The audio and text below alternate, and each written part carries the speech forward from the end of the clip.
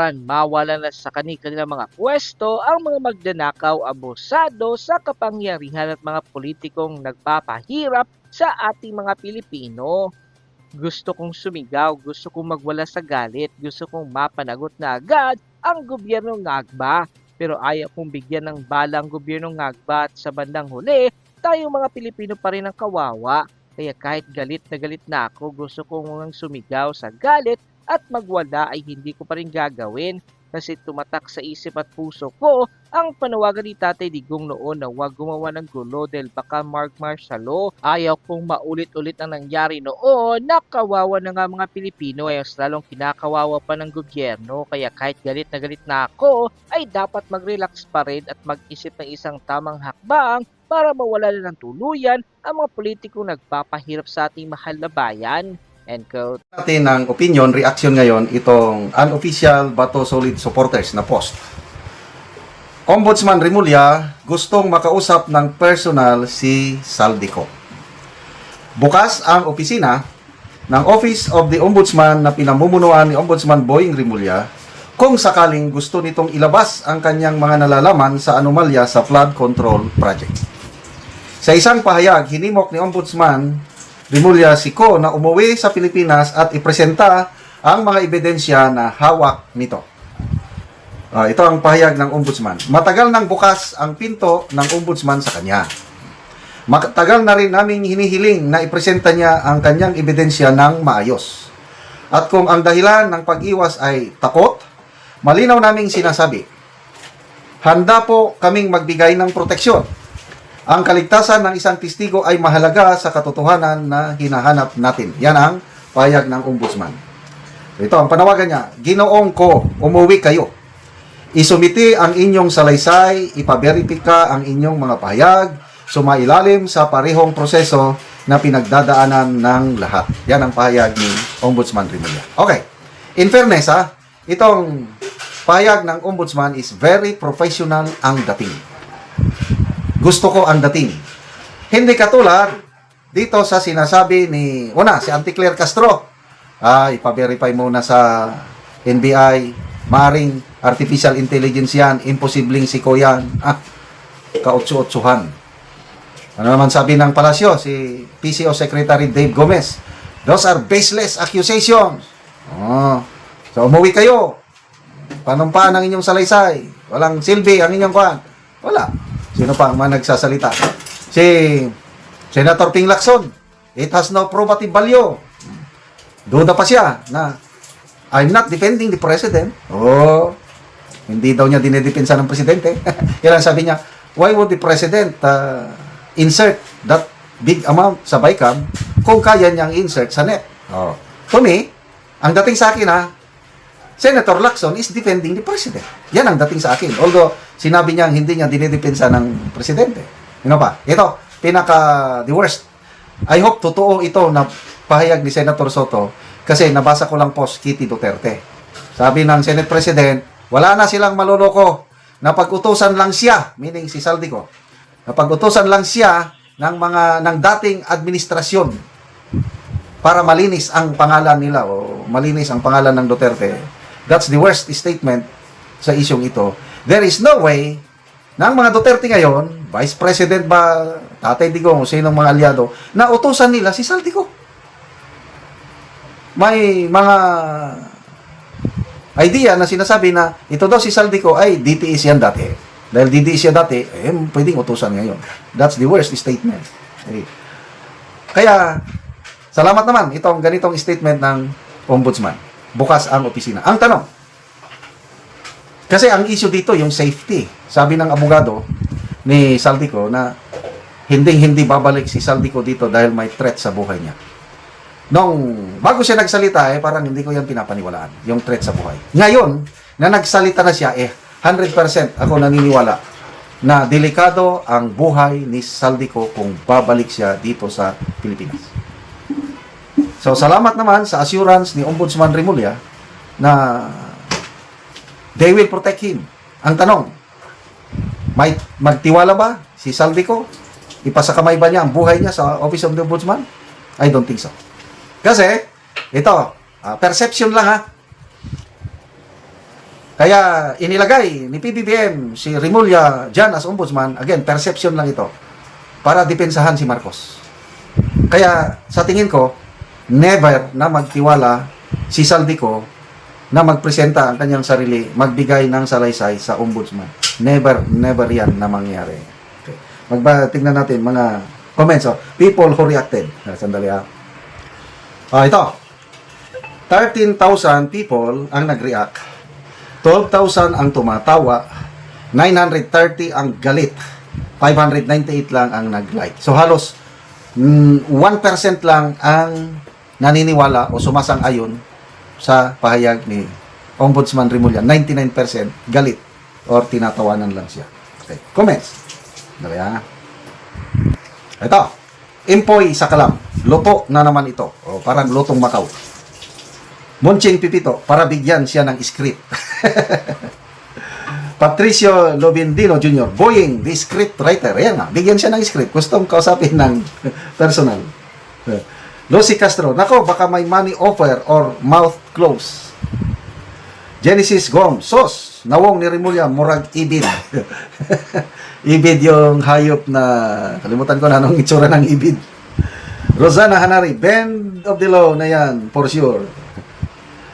Iyam ni, that's just for the devil to whisper there. It's just Remulla's face. I can see the horns and the devil's tail. Grabe naman to. Leonardo Cada, at yun ang delikado pag nakausap ni Bonjing Remulla, malamang mabend the law. O, tingnan nyo, bend the law. Madet Lopez, pag zoom lang, basig gripuhan nimo kilid ni Zalde. O, takot si Zalde, baka ano. Bigyan natin ng reaction, opinion ngayon itong post ni Kitty Duterte. Pahayag ito ni Senator Soto tungkol sa akusasyon ni Saldico laban kay PBBM at Romualdez. Ito. Ang pahayag ng Senator, I am not sure kung totoong sinabi ito ni Senator Soto. Disclaimer ko. Binabasa ko lang, mag-react lang ako dito sa ipinos ni Kitty Duterte. I hope it is true, but if not, wala akong magagawa. Talaga bang sinabi niya ito? O, ganito. Quote in quote, wala silang maluloko. Kitang-kita na napag-utusan lang siya, meaning si Saldico, napag-utusan lang siyang magsalita ng dating administrasyon para magmukhang malinis ang pangalan nila, mga Duterte. Mariing itinanggi ni Senate President Tito Soto ang mga paratang ni dating Ako Bicol Party List Representative Saldico at iginiit na wala itong anumang batayan. Binigyang diin ni Soto na inutosan siya ng mga tao ni Duterte na gumawa ng sariling version sa kwento na yon. Tingnan natin, people who reacted. Okay? 37,000 people ang nag-react. 26,000 ang tumatawa. Ibig sabihin, di naniniwala kay Soto. 6,200 ang galit. So this is 32,000. 4,200 lang ang nag-like. So, anong percentage nito? Around 90% sa mga netizens nag-react. Hindi naniniwala, galit kay Tito Soto. Mga 10% lang ang naniniwala sa kanya. Okay. So, tingnan natin. Napag-utusan lang ng mga tao ni Duterte. Si Saldico. So, si PRRD, Tatay Digong, dahil nakakulong na siya, there's no way na siya ang nag-utos kay Saldico. So, tingnan natin, sino naman sa mga tao ni Duterte? Vice President? Di ba, may salita si Saldico na siminit. Grabing binabatikos niya si grabe nung kasagsagan ng confidential funds na issue. Grabe, magnanako yan, sagutin niya yan. Galit na galit si Saldico kay Vice President Sara. In the same way, galit na galit din si VP Sara kay Saldico.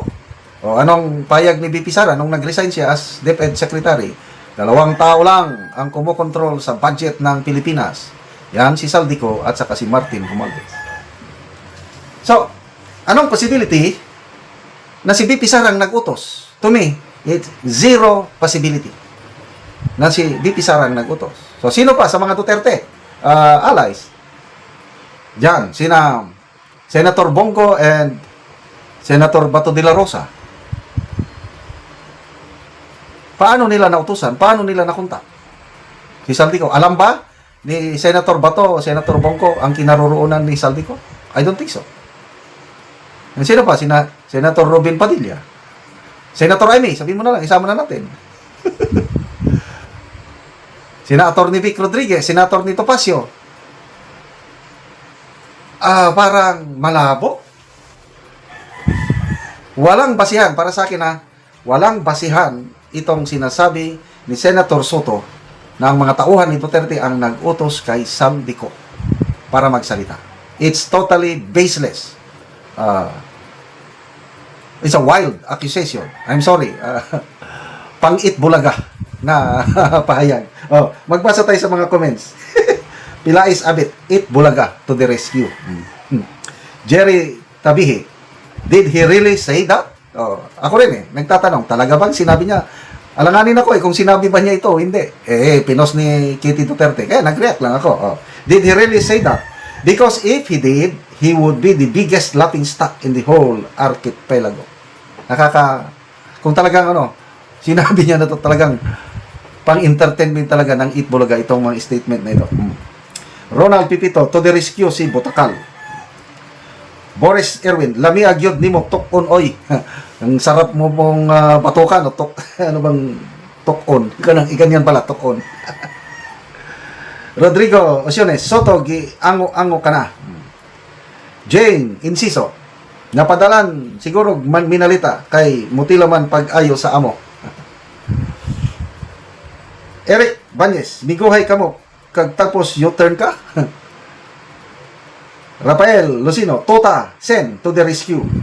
Lorcel Budlaw, pila ka malita imuha na dawat. Basta ito ang narrative. Yung kaibigan ko si Chris Torres kanina, sabi niya, General, ang mga dilawan, pinklawan, inaakusahan nila si Pipi Sara ang nag-utos ang nag-utos kay Saldico para akusahan si PBBM. I don't think so. Ito, naniniwala ako na sariling desisyon ito ni Saldico. Of course, with the advice of his lawyer. Si Attorney Rowena Ganson nga, bilib na bilib sa abogado ni Saldico dahil nagmukhang parang walang katuturan yung sinasabi ng abogado, mamaya, boom! Tiniming habang ongoing ang Senate Blue Ribbon Committee hearing ni Lacson. Yan, nagsalita na si Saldico. Wala, natabunan ang Lacson hearing. So ngayon, nagka-dipo-dipo sila sa kasasagot paano nila kontrahin ang mga aligasyon ni Saldico. Na ako, personally, naniniwala ako sa mga sinasabi ni Saldico on his own. Walang nag-utos, kundi siya lang, ang iyang konsensya, of course, sa guide ng kanyang mga abogado. Okay. Bigyan natin ng reaction, opinion ngayon. Itong Facebook reel posted by Merida T. Daguman. Caption niya is, anong masasabi nyo dyan? Pinatunayan ni Saldico na totoo ang sinasabing lahat ni Orly Gutesa. Anong masasabi nyo dyan sa Senado? Napilit nyong sinasabi na fake ang notaryo, etc. So, sinong sasagot nito? Ay, si Senator Ping Lacson. Dahil siya yung nagko-question sa credibility ni Gutesa. Background check daw nila, notaryo. Ito pa, may part of video, si Saldico, at ang pasabog, ang pinaka-importante ito is yung sinabi niyang totoo na nagdi-deliver ng pera si Orly Gutesa sa Malacanang. Ito, pakinggan natin. Sinasabi ni Orly Gutesa na nag-deliver siya sa Forbes Park. Totoo din po ang sinasabi ni Orly Gutesa na nag-deliver siya sa Malacanang. Yun! Saba! Totoo po yung sinasabi ni Orly Gutesa na nag-deliver siya sa Forbes Park. Totoo din po ang sinasabi ni Orly Gutesa na nag-deliver siya sa Malacanang. Sana lang. Totoo po yung sinasabi ni Orly Gutesa na nag-deliver siya sa Forbes Park. Totoo din po ang sinasabi ni Orly Gutesa na nag-deliver siya sa Malacanang. Di ba? Very clear. Dugtong. Connecting the dots. Anong isasagot kaya ni Senator Lacson dito? Ito, opinion ko lang ito. Guess ko lang. The same sasagot niya sa part 1 na video na there's no probative value. Walang saysay. Kwento lang yan. So wala pa rin. Hindi niya tatanggapin yan. Nakikita ko na, kagaya ng Malacanang, ang hamon ng Malacanang kay Saldico is, bumalik ka sa Pilipinas at panumpaan mo yung sinasabi mo para magamit sa investigasyon. Yun ang sinasabi ng Malacanang. Tingin ko, ganyan din ang sasabihin ni Senator Lacson na para magamit sa investigasyon ang mga pahayag ni Saldico, kailangan manumpa siya. Or, pwede rin, kung hindi man siya uuwi dito, kung papayag si Saldico na pupunta sa Philippine Embassy kung saang bansa siya, at doon siya magsasalita, baka pwede yun. Kailang, I don't know kung papayag ba si Saldico o at kanyang abogado. Basta ako, kontento na ako dito sa mga pangyayaring ito. To me, I consider this as answered prayers. Na nagdugtong ang sinasabi, yung mga district engineers, Bryce Hernandez, pa. Pag connecting the dots, iisa na lang sinasabi. Kasi itong sina Brian Hernandez, Alcantara, sino pa yung Bernardo, puro Saldico lang ang tinutumbok. Maliban lang dito kay Diskaya, nabanggit niya si Romualdez. Si Romualdez. So, dalawa lang nagbanggit kay Romualdez, Diskaya at itong si Gutesa. Ngayon, yung binabanggit ni Gutesa, binabanggit ni Diskaya, binabanggit ng mga district engineers from Bulacan, contractors, pinatunayan na ngayon ni Saldico. So, ang kulang na lang is yung anong tawag nun? Yung sworn affidavit para magamit. Kaya lang, I don't know how. I don't know kung interesado ba si Saldico na magpunta sa abogado para panumpaan niya ang kanyang Ang alam ko, kung nasa ibang bansa siya, hindi siya pwede na magpunta sa mga notary public kung meron man. Dapat magpunta lang siya sa Philippine Embassy or Consulate Office. Kung hindi siya pupunta doon, walang saysay ang kanyang sinasabi. So kung kayo si Saldico, pupunta ka ba sa, example nasa Spain, si Saldico. Pupunta ka ba sa Philippine Embassy sa Madrid? Ano bang capital ng Spain? Hindi ko alam. Kung nasaan, pupunta ka ba doon? Para panumpaan mo yung salaysay mo. Kung ako si Saldico, ayaw ko. Baka mamaya, pusasan ako doon. Kasi itong ginawa niyang paglalahad, para niyang inuntog ang ulo niya sa isang pader. Kasi, Pangulo na, hindi lang Romualdez ang kanyang Pangulo ang kanyang tinutumbok. Inutosan ako ng Pangulo na magsingit ng 100 billion sa budget. Very, grabing akusasyon o allegation. Naglabas siya ngayon ng resibo. Doon ako bumilib. Kasi kung hanggang salita lang na wala naman siyang resibo, ay wala. Parang alanganin. Kailang yung ipinalabas niya na specific doon sa NEP, doon sa pati page number sa GAA, nakalagay doon. Details ng proyekto, saan yung lugar ng proyekto, magkano ang amount ng proyekto, very detailed. Ito yung ginawa ko. Ito yung 100 billion. To malala ko yung summary sa sa DPWH, 81 billion plus ang isiningit niya na as ordered by the President, 81 billion. And sa other government agencies and institution, 18 billion. So more than 100 billion ang total. So yon ang mabigat na resibo na natuwa ko, na lalong nagpatibay sa aking paniniwala na totoo ang sinasabi ni Saldico. Plus, nagtugma yung sinasabi niya at kay Orly Gutesa. Example, walang Gutesang lumabas. So parang kulang pa rin ang bigat ng kanyang testimony. But dahil may Gutesa, hindi naman nag-usap si Gutesa at ordinary security guard lang si Gutesa. I believe na walang, both of them, yung taos-puso lang silang nagsabi sa katotohanan nilang nalalaman. At yan, dahil nagdugtong, boom! Sapul.